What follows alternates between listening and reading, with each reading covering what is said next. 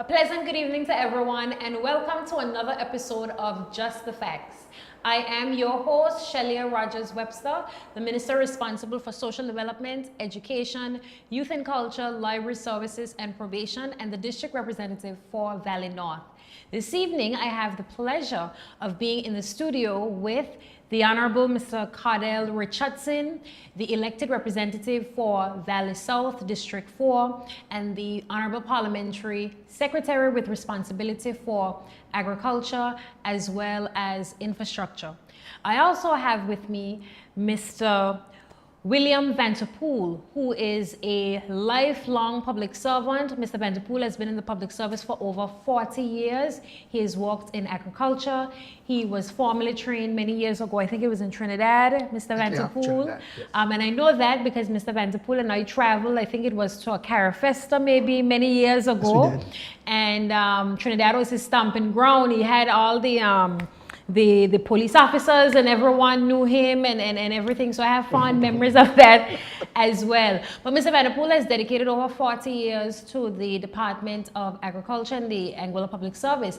And he actually retires officially in September, but May will be his last year. So Mr. Vanterpool, I want to start by putting on record my sincerest gratitude for your service and your support over the years, more so certainly within the last year that we have been in office and the support that you've provided to Mr. Richardson during the period of time that you've been here. So this evening, everyone, we are going to be speaking to Mr. Richardson on some of his recent travels and also with Mr. Vanterpool on all that's happening in agriculture. I want to start with the Honorable District 4 Representative, Mr. Cordell Richardson. Cordell was the highest district vote getter in the 2025 election. He holds the largest electoral district, Valley South, which spans from as high as Ray Hill down to George Hill, across to South Valley, quite a big district. Mr. Richardson, you recently traveled to the UK for the 74th Westminster Seminar on Effective Parliament. So you represented Anguilla as one of the new young parliamentarians. Can you tell us a little bit more about the experience, Mr. Richardson, generally? Yeah, thank you for host, and good evening to Mr. Vanterpool, someone who I've worked with for over 20 years. Before my stint as an elected member, I would have contributed to farming for over 20 years, but we'll get into that a little later. But as a young parliamentarian coming in, the seminar was very effective. The networking was great, a lot of opportunities, and the sessions was very intense. And we covered a lot of material that would be definitely beneficial to me in my new role as we traverse through the House and we debate different bills and stuff like that. So it was a very interesting seminar, and generally I gained a lot of information and things. Some of the topics that we would have covered was like the role of parliamentarians in unlocking opportunities together for a prosperous Commonwealth, parliamentary systems across the Commonwealth. We even covered privileges, standards, and behavior of Parliament. Even we covered topics such as the role of the Speaker. So you even had clerks in attendance also. So it had different newly elected members, and it even had clerks that was there present at the seminar too. We even had the opportunity to visit the Speaker House where we had dinner. So and we had the opportunity to actually sit in the House of Commerce with the lower house and the upper house. So that was very interesting also. Good.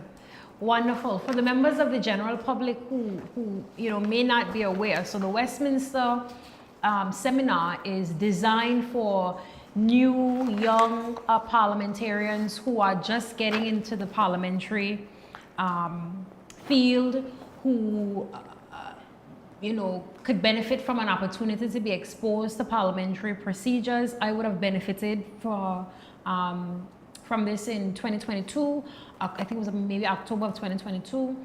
and very beneficial for me as a young parliamentarian coming in to be able to be in a different setting, to be able to express myself openly among other new young parliamentarians, because you know, whether we like to say it or not, it can be very intimidating coming in as a young new parliamentarian with other members there who are more experienced. So this definitely would give an opportunity. Well, for most of the members that was there, most of them it was their first time, so it was a brand new learning experience for them also. And like you said, it gives you the opportunity to have conversation and dialogue and even feedback. So some of the sessions were very interactive, and you had to you know, make small little presentations, take notes, and in your group, little group settings. So it was very interactive. That's good. I'm very happy to hear that. How did the training help you to understand the procedures and the operations of Parliament, and how do you think you can apply some of those to Anguilla? Well, it was a lot of information, and basically we gained a lot of material that could definitely help me and even the other members who were there, because when we were taking the train ride to Leeds, because we even had the opportunity to visit schools in Leeds. Well, they split up different groups, and they had the opportunity to walk in different areas in London. And I had the opportunity to go to Leeds, where we made presentations in, I think it was like 2 or 3 different schools. So, so basically the last day you put into practice some of the stuff that you learned. So that was very effective also. Good. Well, I'm very happy to hear that you had a safe experience and also a very beneficial one. Right. Mr. Richardson, I'm going to switch gears now to agriculture. As you rightfully indicated, you're not new to agriculture. You yourself have been a farmer for over 20 years. You have been on all sides, from the business perspective, but also from the hands-on farmer perspective and experience as well. And so now you're in a different role. You're in a policymaker role, and so you have a responsibility on the other side to facilitate the environment as much as possible from a government perspective. Recently you traveled with your team to Nevis to visit their AgriFest. Can you describe what that experience was like, and which members of your team attended with you? All right, we would have traveled with 2 delegates. It was Isabel, so she would represent the agriculture side, and the young lady from Allen Harbour, William. Yes. I don't quite remember her name. I'm too. Yes. So she's on the fisheries. Yeah, she's on the fisheries side. So we'd had a booth in at the fest. And we'd have had displays and monitors, and people would have passed by and see what we are displaying and promoting here in Anguilla. So persons would have stopped by the booth. I even had the opportunity to sit at the booth, because the first day I had to sit with all the delegates and with the presentation with the officials, and the girls were there. The ladies were there at the booth. So I walked around, then I told them, look, you guys can walk around, and I had the opportunity to sit at the booth and explain certain things when persons come. So it was a great experience for them also, and I know they're very excited to put into practice and to actually form a committee that we could help with our AgriFest that we're going to be doing next month. Okay. That's awesome. I think that might have been Isabella Rosario and Khadija Harrigan. Yes, that's Harrigan. Yeah. Okay, that's excellent. And these are young professionals in the areas as well, so this exposure is also very good for them. I was very impressed during the Blue Week with Ms. Harrigan. She was very enthused about the space, you know, fishing, the environment and stuff like that. And I know she was previously in another area of the public service, but I think she's really thriving. She was in planning, but I really can see her passion. She was in land before. I can see her passion down at fisheries, and it's always pleasant when you can see young public servants who are very excited about the areas that they walk in. So I'm very happy to hear that she would have had that experience and that opportunity as well moving forward. Yes, you're definitely correct with that, because even on our way back from the fest, driving, we'd have conversation. You could tell that she's very passionate about her job and enforcement. You know, generally we'd have conversations about other things, but on our way back to the hotel, we were still talking about stuff related to agriculture and work related. So she's very much passionate about what she does. That's awesome. Very awesome. Very happy to hear about that. I want to switch gears a little bit, Mr. Vanterpool. Mr. Vanterpool, you have been in agriculture for quite a number of years. You've seen the highs, the lows, the ups and downs, in-betweens. the in-betweens. in every way. Tell us a little bit about what the agriculture space is looking like now. I see that there's some very healthy production that's happening there in the Valley Bottom area. I've been the beneficiary of some of that great produce, but tell us a little bit about what's happening in agriculture right now in the space. Thank you very much, and thanks for the introduction and letting people know that I've been around for so long. 40 years is not 40 days. No. Yes, so I've joined the public service quite a while. I've 40 years established. The 12th of May will be 40 years established, which will be the exact date that I will be pre-retiring. And on September 3rd, when I'll be that age, I'll be officially retiring. So I have seen basically a lot of ups and downs in the service and in the agricultural sector. I also spent some time in customs. I spent quite a bit of my time there. And like you said, Carifesta, we'll have been there in Trinidad and in Guyana to Carifesta together, so yes. But agriculture, that is my life. I lived that all my life.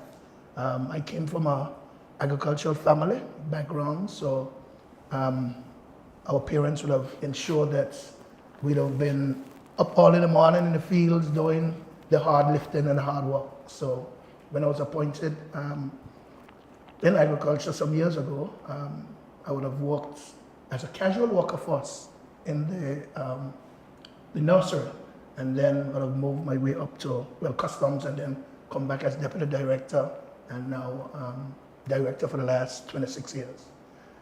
What's happening now is that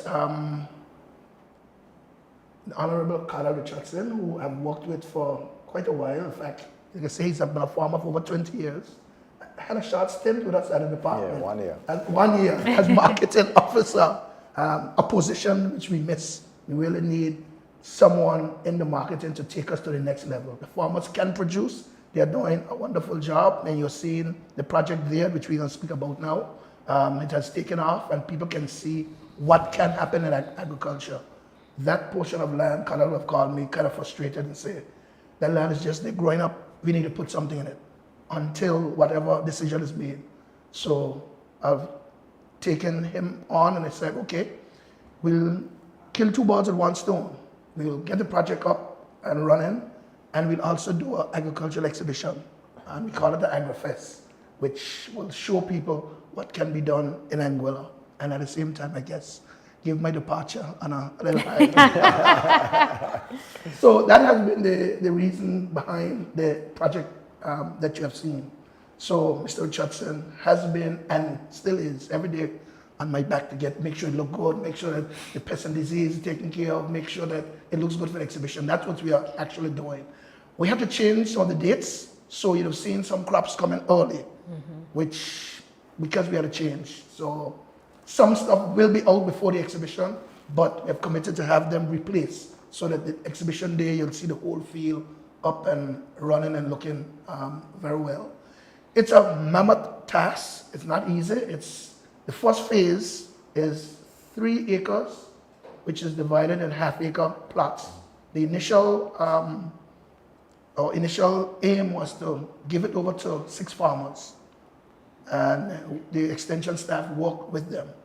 We changed that. We said, you know what, let the department, since we decided to have the exhibition, we'll run it at least up to the exhibition, so that persons could simply use that as one of the demonstration areas. As we went along, we realized our most limiting factor in agriculture, which is water. So the minister is very gracious to us, and he got the water for us at a very low cost, or no cost, during the experimental phase, which is, 6 months to a year.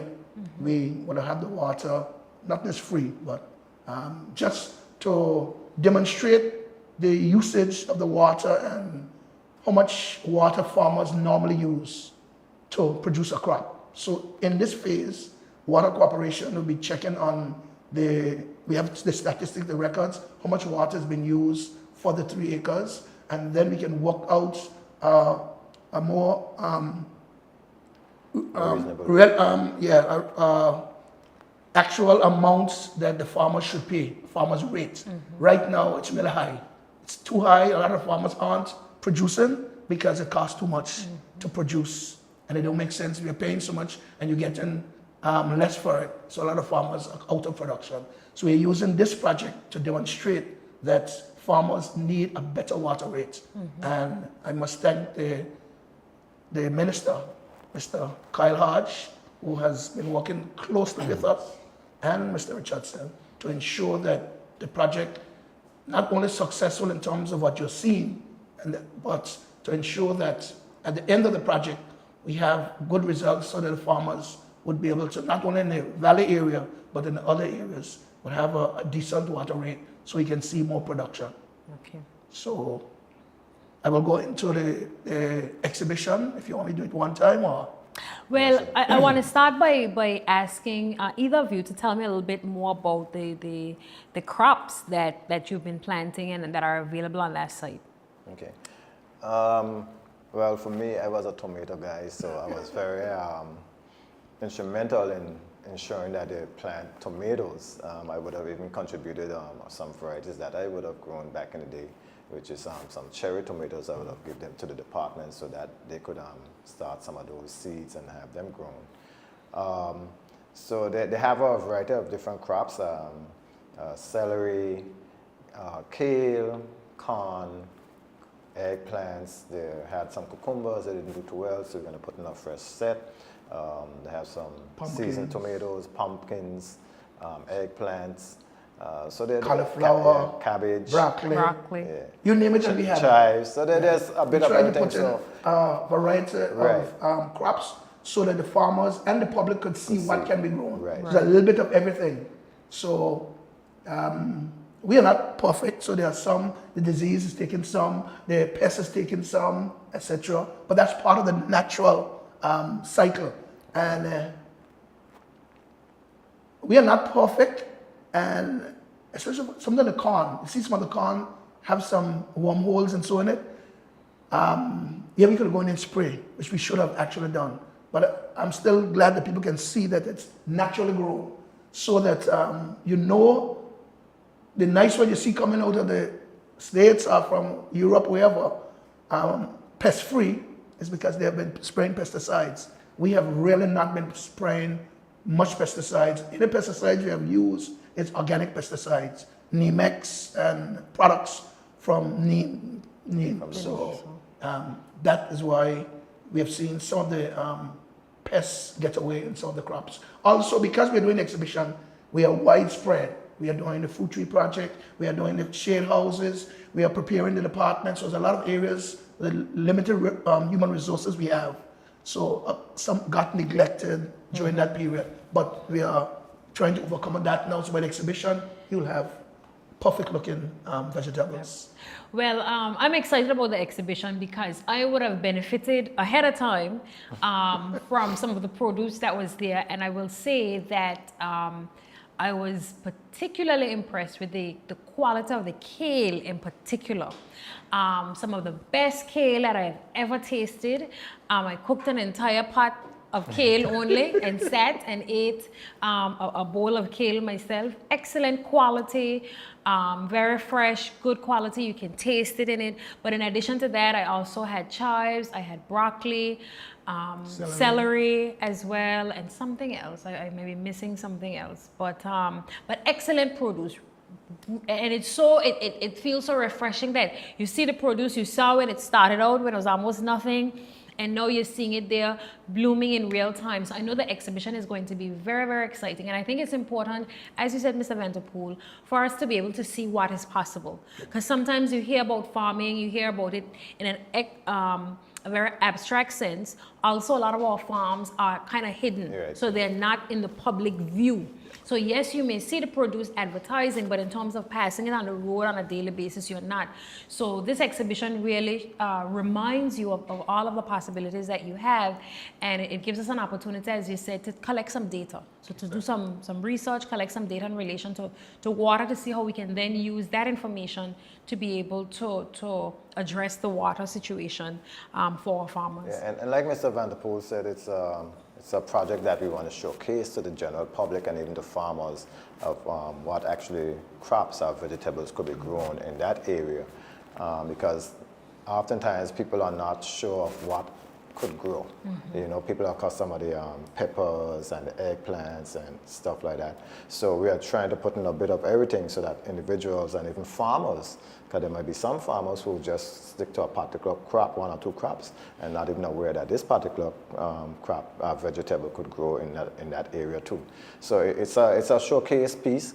And one of the things that really excites me is sometimes I stop by in the afternoon, just like a walk through, and you'd have folks just driving, and there's so much of people who like, they love this, they love seeing this, and then the people meet you on the road and tell you, you couldn't have done a better job with that area, you know, by putting that there, and I don't get that other part of it, I just, but yeah, I mean, you couldn't expect anything different from me because, you know, agriculture is my first love and seeing things grow, so I'm definitely happy with the project. I'm happy with the feedback that we're getting from the community.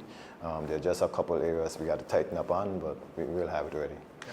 And like you say, the persons who almost live there. Every day they come and sit in the vehicle and they watch the produce, they talk to you, and they're so impressed. And that makes me happy that at least you would have passed on that knowledge to the next generation and have persons satisfied that Anguilla can grow, and we hope that this will motivate them themselves to get involved. That's good. I want to switch gears a little bit because we talked about earlier AgriFest this year. This is something that's new, exciting. You know, it's an opportunity for the Agriculture Department to be at the forefront, to shine, to give some visibility to the department and to the work that you guys are trying to do and try to achieve. Walk us through what we can expect for AgriFest this year. Well, I don't think it's necessarily new because I remember I took part in a couple of exhibitions. The problem that we had is that we weren't consistent and we didn't continue it every year. So definitely from this point going forward, it will become an annual exhibition where we could showcase the different products. And there's a lot of different stuff that could be added to, components that could be added to the AgriFest that we saw in Nevis, you know, and they had a whole lineup, a whole schedule of activities going on the ground. So it made for a good time for families, and you could tell when persons get out from work, you know, everybody just flocked to the grounds, and they went up till 12 o'clock at night with live entertainment, dog show. So there was a lot of different stuff that, you know, they exhibit and that really contributed to that. So there are some things that we're going to be trying to put in place to enhance ours here. Maybe not everything because we're just starting to get the ball rolling again. But our main aim is to really showcase that area there in the Valley Bottom. Yeah.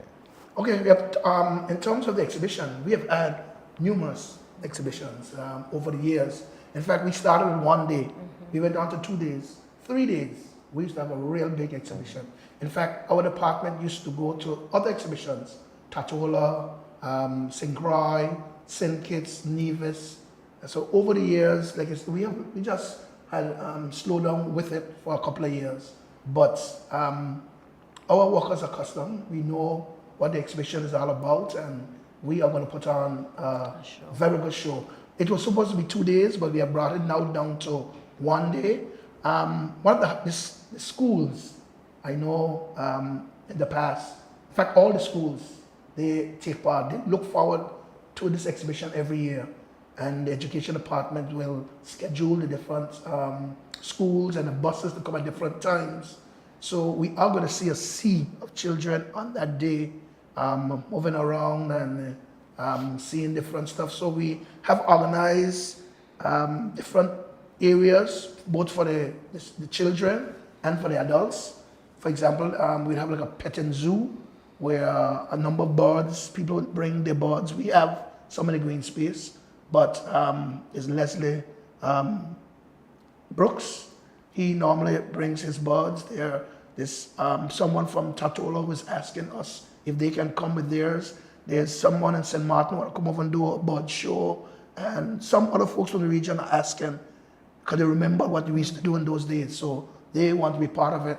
So we'll provide an area for the children so that they can enjoy themselves, and also the adults now, they will be able to go through the garden, see what we have there. Also, they can tour the shade houses, because that we are also a part of it. So you'll move from the project up there, go down, look at the shade houses. You're able to actually buy. The farmers will have stuff they're selling. And then we move into the department grounds, where a lot of the activities will be going on in terms of the cooking, display of local produce, juices, and different culinary stuff. Then we'll have, for example, the machinery, the tractor and all the different equipment. Somebody will be showing you how the preparation is done, land preparation, etc. And then we also have the livestock section. You'll be able to see our new breeds of animals. We had quite a bit of goats and sheep that came in from the US, that we have to upgrade the breeds of the animals here in Anguilla. So that will be also showcased. And like I said, the cooking, some culinary skills that they will be showcasing. People like Yvonne will be just showing you how to do the butcher bits and the roast pork and those kind of old-time stuff. Not cutting across, Mr. Vanterpool, because that was even something that they did in Nevis. They had different local individuals cooking food. They even had the chef from Four Seasons there in Nevis, and they cooked several different dishes. And what I liked about it is they allow persons to taste sample. And while they were doing the cooking, they actually was explaining how it's done, the various different portions of salt or whatever you got to put, the different ingredients you got to put in the food. So that was something very good too. And like Mr. Vanterpool said, they even had a cow and a rabbit that they raffled. So it was very good, very impressive. Had a lot of booths that sell, different foods, because what I understood is that the persons was coming, used to come to the fair, but then they weren't any food. They would walk. They'd have to go somewhere else to look food. So to keep them there, that was something they implemented. Yeah, they implemented. So they had a lot of different booths, individuals selling different things, and it's just a vibe where everybody, the communities and everybody could come in, really have a good time and spend the whole day there. Was it held in the area of Pinnis Beach in that? No, it was on the park, right in town. That's the park where the stadium where they play cricket. The stadium, okay. Yes. Yeah, and we'll have vendors. In fact, we now have registration out for vendors. Anybody want to come and sell stuff? We have registration forms. You can collect it and provide food for the general public, because the taste will be one thing, but you still would want to have vendors there selling. The fisheries department, I know, would have at least 4 to 5 vendors selling fish products, and then the other vendors will be selling other goodies. And just like you indicated, Mr. Vanterpool, there are persons who are calling to find out how they could be a part of the exhibition. There's a company in St. Kitts that are now doing chicks and the broilers and stuff like that. And that company now want to come to Anguilla too, because we were having a discussion and they understood that we're going to have an exhibition. So they now want to come and showcase their products and, and we also have a company out of Trinidad. Marketing arms. They would have had a conversation with me also. They are coming, for sure. They already so it's a great way of networking and farmers getting to meet other companies, So it's not just about the agricultural side of it, but it's also from the business side also. And also, I didn't mention the fruit tree project. Yeah. We have a fruit tree project going on. People will be able to visit the fruit trees, see, and we'll explain to them what we're doing and what we plan to, in terms of the processing after. I don't know if the processing plant will be up and running in time. We're trying to see if we get up and running so people can taste some of the juices and those kind of stuff. But that will be also a part of it. And then, of course, the famous green space will be there for persons to visit and relax, and they can eat their lunches and so there. And of course, the children will be most amused with that area. So we have a lot in store, and we want people to come out, give us whatever support, anything that you could contribute to the event, tents, chairs, as we discussed in terms of seating for the length of time. So we will have some seating for the opening ceremony, but we're looking to have some others so people can just sit around and relax. And watch the vegetables. And yeah, because we're going for the whole day. In fact, we were discussing just today what time we'll finish.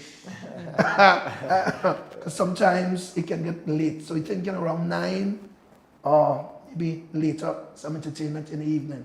But we'll start at about 9:30 for the opening ceremony. And because we want to get the school children there. So many of them are going to come, so you'll have different times. The buses will bring them and kind of coordinate that, because you can't have a swamp of folks at one time if you don't stagger it. So the education department is working closely with us to schedule the buses and the children for that activity. I think what some persons would like to know about is the fruit trees that we brought in. So those will be available for sale. We have some 360 citrus, so different varieties like lime, tangerine, lemon, 200 mangoes, 120 star fruit, 200 avocado, 20, I don't think we are getting breadfruit, and 70 soursop. So those will be available for sale also on that day, because persons meet me throughout the community and asking about the fruit trees. So just be a little more patient. They will be ready for sale. In fact, we've met today again and looking at it seriously as to, yes, people are excited to get fruit trees, but we are thinking, because the place is so dry and everything else, we have brought in fruit trees in the past, and people just take them, and they take them home and they let them die. So what we are saying, we're taking the names. Anybody that want fruit trees, we're taking the names, and we will tell you exactly when to come in and pay. Because if the problem with the day itself, because it's so high intensity, because it's one day, it might be difficult to sell on that day. We're trying to work it out. But if not, we will prefer to work with the persons, have a little session maybe on the same day, tell them how to care for the tree, what to do, how to prepare the hole, and all of that. So as people ask, if, for example, if you want 10 trees or more, we want to go and see where you want to plant them. Do you have enough space in your yard to take 10 trees? Maybe because you got the money, you want to buy them, but you don't have space for them. And if you put them too close, when they grow and they shade out each other, none of them you'll get fruit from. So if you cut out one, it's a waste of time. So spacing is very important. But we want to, as part of the extension service, to provide that service to the public. We plant a tree, we'll work with you and see where it is, how you're going, and even perhaps do a soil drive during the same time, so that you get a tree, you may get a bucket of soil with it, a proper mix, and tell you how to. So that's something that we are discussing. Yeah, I definitely think the extension services of from the department with the different individuals and reaching out to the folks that will be purchasing those trees is very important. Because like you said, you just don't want individuals just buying the trees and then they're not sure of how to plant them and the correct spacing or the depth they should be planting them in. So I think that's very important. I agree with you 100%, because as I told you, Cordell, I would love to get a fruit orchard growing in my yard. Yeah. But the problem is that I have very, very rocky soil, rocky area. So I need to figure out how can I make that happen? And I don't have the expertise to do it. So I would love to have an extension officer that can work with me. What can plant where? What can take the rocky area, how to build it up, and what kind of mix. Those are things that we will be able to provide. That's good to hear, because I just killed my second mango tree. See? And so I really need expert help at this point. And we've seen, most persons who know the mango garden in Chalmers, that distresses me now when I see what happened there. We lost the whole mango garden gone. The name of the place is still Mango Garden, but the trees have died out. And it's because of care. Persons, they pick the mangoes every year, but they don't take care to clean the trees. The name trees take over and choke the whole garden. Now it's gone. That is something that we need to look at, maybe nationally, to replant it. The problem, I guess, is so many little owners or little pieces here and there. But it is a mango garden where our ancestors would have planted and we would have come behind and allow it to just be destroyed. That But leave a bitter maybe, taste. like you said, if you look at it from a national point of view and you contribute there, Right. you know, it still Yeah. belongs to To the the people. To the owners, For yeah. Anguilla, we'd be able to produce more mangoes. And, I think that is something that we need to, because when the days when I was growing up, people just pass there and mangoes on the ground, you just go and you pick and It's good. It's good that you said that, because I was driving around in Nevis with a friend, and we went in this area, and this kind of running bush just taking over the mango trees. And I said, Anguilla would be glad for that mango tree. They're not even cleaning them. You understand? Because they have so much. so But for us, we have so little, so it's important that we take care of the little that we have and kind of replenish them and put them back. Yes. So we encourage persons to apply for the trees. You have 1 month to go, exactly 1 month. Apply for the trees. We will, because the other thing why we want people to apply is we want to see how many we can give a person. Somebody may want 50 trees, and then other people can't get. So we see that people, the population want 100 trees, but we have 200. So people can get 2 or 3 or 4. Yeah, so we encourage people to come to the departments, put your name down, and apply for your fruit tree.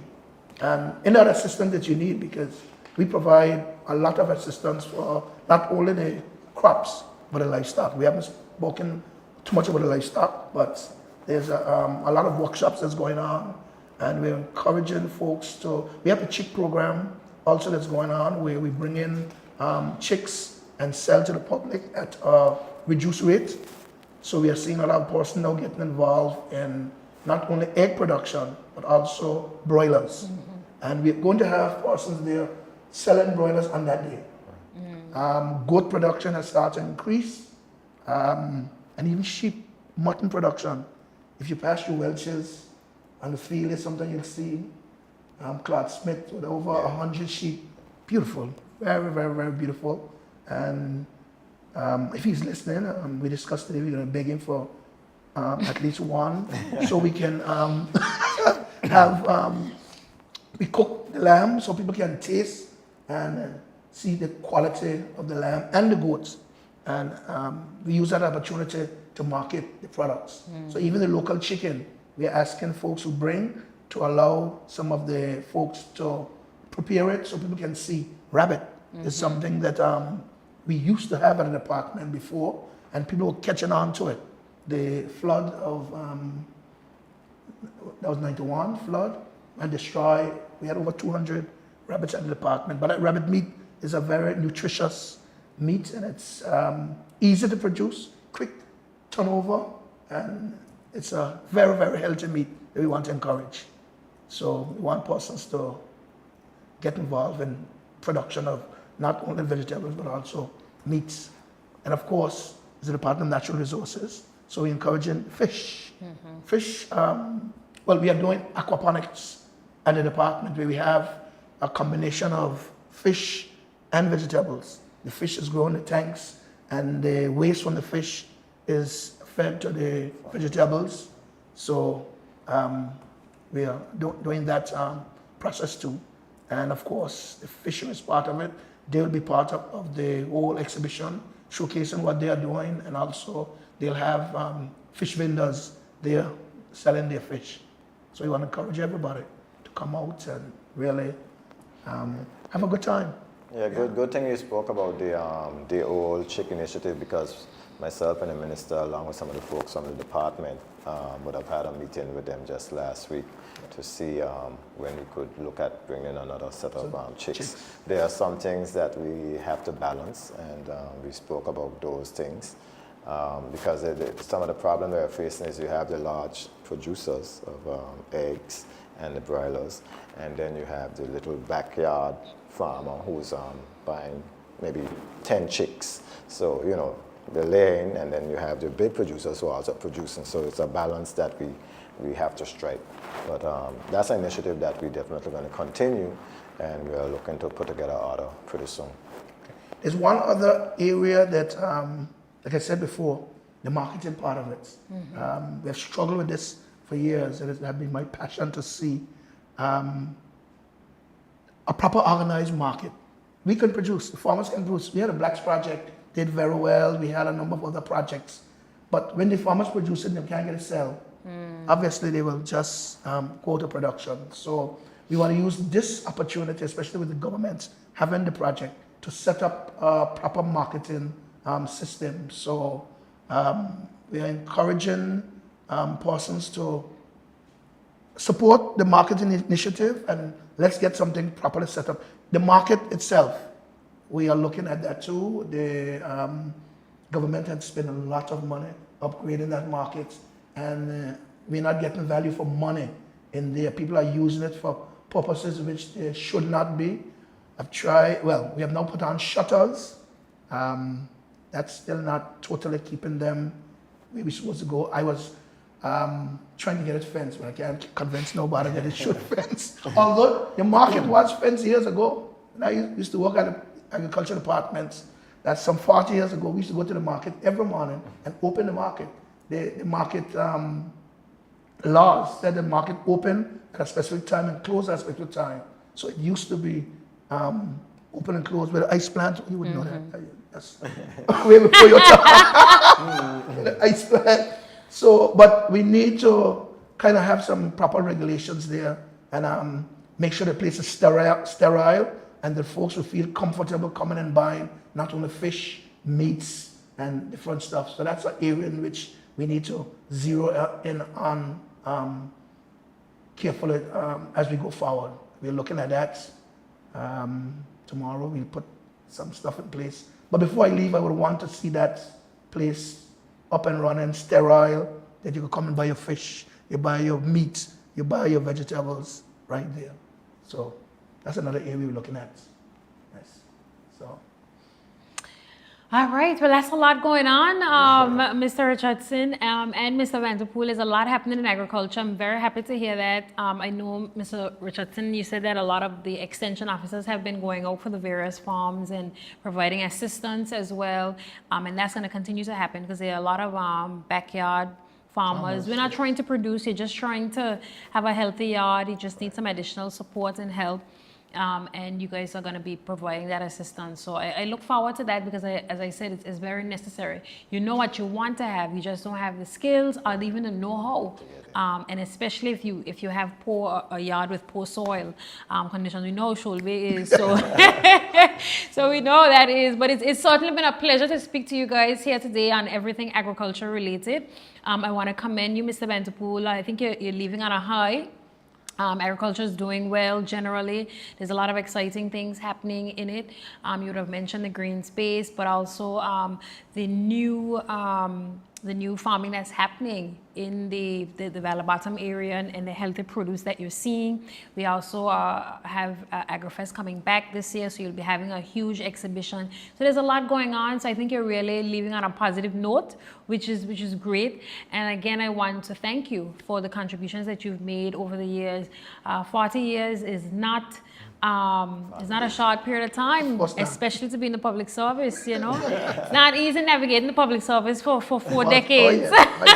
So you've seen your highs and your lows. And the lows, correct. I'm sure, and you've also probably served under a couple of administrations well over the years. Seen the good, the bad, the ugly, everything.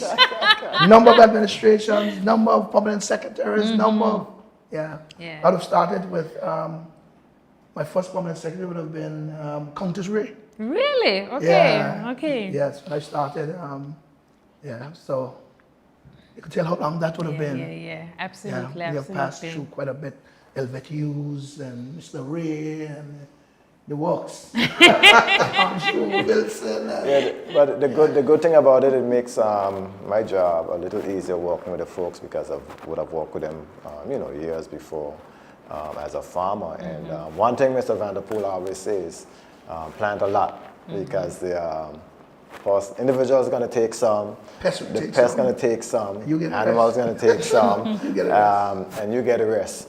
And coincidentally, someone, and I'm not encouraging this, but someone said to me, "Why you guys don't fence that area? Because people are going to walk." And I said, "They can't go to all." Exactly. I said, "Somebody's going to probably take 1 or 2, but they can't go to all because it's growing on a large scale."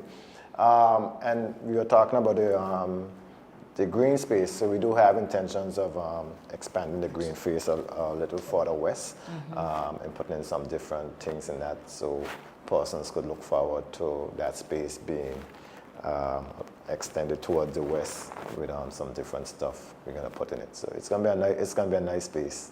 That's good. But Mr. Richardson didn't tell you that he harassed me every day. The phone, 10 o'clock in the night, in the morning, send WhatsApps. I'm not satisfied with this. I need you to do this. I need you to get another area done. I said, but it's only me. Take it easy. But we will. I'll make sure that. Because I know what can be done in that area, and I know the folks have the will and the know-how. So I just want to kind of push them and get them to that place. Because at the end of the day, when persons come, we want to really showcase what could be done, you know, and by seeing that, individuals will be more inclined to want to do something in their backyard also. Absolutely, well, you gotta keep the pressure on the public service. I know. Mr. Richardson, so especially after the long time, you know. Absolutely, absolutely. You But I didn't go ahead and keep pressing. I will. You deliver. He told me to call me anytime. Right. Yeah, so, I mean, we had a relationship from Long before, time. so nothing has changed from the time I got in the position. And I'll say this here. This gentleman was one of the first persons I went to his office when I was called about running for politics. He was like maybe the second or third person. And I went to the department, and he was like, I think you should. You know, we had a couple conversations, but he said, yeah, go for it. You know, so we have a good relationship. Yes, Excellent. and that's very important. And the minister too. I mean, he has so much of confidence. I know you can do it, but you can do it. But I'm on my last leg. Make sure you get the money, and I can produce, but I don't want to lose my pension, so I have to make sure to do it right. Go through the process, and But you see, the thing about Mr. Vanterpool, working with him is easy because, you know, you can say whatever you want to say to him, he'll say what he has to say to you. And you keep it moving. And it's that. Which is important. No hard feelings, nobody getting egos or nobody upset. So it's just it's a good camaraderie that we have. That's good. I think that's super important. I think that makes the work environment easier. You're able to get more done, and you're just very focused on the work and on delivering. So I'm very happy to hear that, Mr. Richardson, Mr. Vanterpool. I think we are in a good space in terms of the agricultural space. As you both indicated, there's lots of room for improvement. Water continues to be a challenge, but we're working to try to get some data so that we can make an informed decision on how we can reduce those rates, how we can be more effective in supporting our farmers in that area. So I'm very excited about the years ahead in relation to agriculture, and I'm expecting bigger and better things in the years to come. Of course. Yeah. Of course. And I wish you all luck after I go, and I am pleased that the work will continue. My successor, I know, will continue, and the team there, they have a lot of experience. They just need the motivation, and I think you all are providing that. And I'll still be around until at least the 3rd of September to give them that kind of encouragement and some of my experience, because 40 years is a lot of experience. So we look forward to seeing agriculture growing. And like she asked earlier, will this lead me? Most likely I'll be a farmer. So I'll be still into the production. Always a farmer. So I'll take an active role in making sure that produce is available. I can do some consulting too. Absolutely. I'll be unemployed, so I don't have to charge, okay? So, oh no, absolutely. You have the expertise and you got 40 years of experience. Exactly. So. Well, ladies and gentlemen, it's been such a pleasure to be here with you this evening on another episode of Just the Facts, where we bring you facts in real time about the Anguilla Public Service, the work that our administration is undertaking to improve the quality of life and services that we offer to the Anguillian public. This evening we had with us the Honorable Cordell Richardson, the District Representative for District 4 and the Parliamentary Secretary with responsibility for agriculture and infrastructure. And of course, Mr. William Vanterpool, a veteran in the area of agriculture, 40 years in the Anguilla Public Public Service, 26 of those years as the Director of Agriculture, quite a lot of experience under his belt, and they were able to take us through all that's happening in agriculture presently. And I want to remind the general public to put on your calendars AgriFest, which is happening in May. What is the date? 8th May. The 8th of May. It's going to be in the agricultural area, so there are going to be opportunities for you to tour the grounds, the new produce that's going to be there, the green space is going to be included, you have the fruit orchard that's going to be included as well, the shade houses. So there's going to be so much happening, so much going on, so please mark it down on your calendars. The 8th of May, we expect to see persons out supporting the purchase of produce wherever possible. There are going to be opportunities to sign up and to express interest in fruit trees. Beyond that, there's going to be support from the department in terms of planting fruit trees and all of the support that would come with that to make sure that these trees thrive. So there's a lot happening in agriculture, and I want to thank Mr. Vanterpool and Mr. Richardson once again for taking us through all that is happening in agriculture. So members of the general public, this is an opportunity again for you to stay up to date, stay abreast with what's happening in the Anguilla Public Service and all the key initiatives that this administration is doing to progress Anguilla forward generally. Again, a pleasant evening to everyone. Any final words before we sign off? Well, I would just like to encourage everyone to come out to the AgriFest that we plan. It would be a day for families to just come out and enjoy, to see what is going on agriculture related. And you know, just a community vibe that we could have in that space, and we could interact and at the same time see the things that the department is doing and how we are looking to grow agriculture in Anguilla. And it's not only about the showcasing, but it's a sense of producing and make sure that we are taking food security serious, and that is something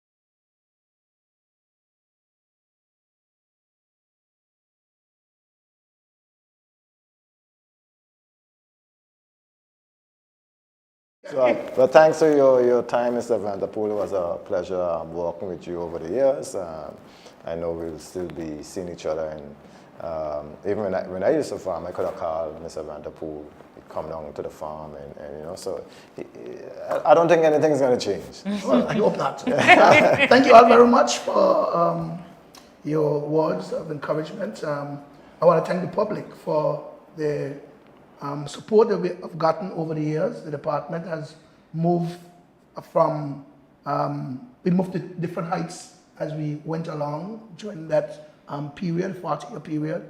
And now we are at a high. Before, there was a lot of talk about food security, really talk. In fact, like I said, we went through periods where we were financially challenged in Anguilla, and tourism was the buzzword. Agriculture took a backseat because, I mean, yeah, we didn't have the resources. Now we have the resources and the technology also. And the technology, and the governments has stepped up to the plate. I say governments stepped up to the plate because it started from the previous, would have got bringing the shade houses and a lot of technology, and you all have continued it. And I want to say thanks to you all for putting the confidence in and the resources in the agriculture so we can make a significant difference. Because people are saying, oh, you wake up only now, but the resources have now been given, so we can take it to that next level. And I'm pleased that we have reached to a point that whoever is taking over can take it and move to that next level. So I thank the administration, this one and the previous one, for putting that resources money where your mouth is, and we have delivered. Thank you all very much. And the public, thanks. Thank you, everyone. Have a pleasant evening to everyone.